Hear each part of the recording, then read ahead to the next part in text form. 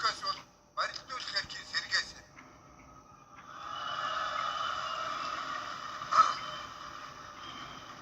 Гэтэл одоо үндэсний хоолойн өдөртлөг энэ асуудлыг хүлээж авахгүй олон улсын олимпийн хорооны допингийн шинжилгээний тэр зарчмын дагуу шийднийг шөнө бүтэн жил барилдуулаагүй.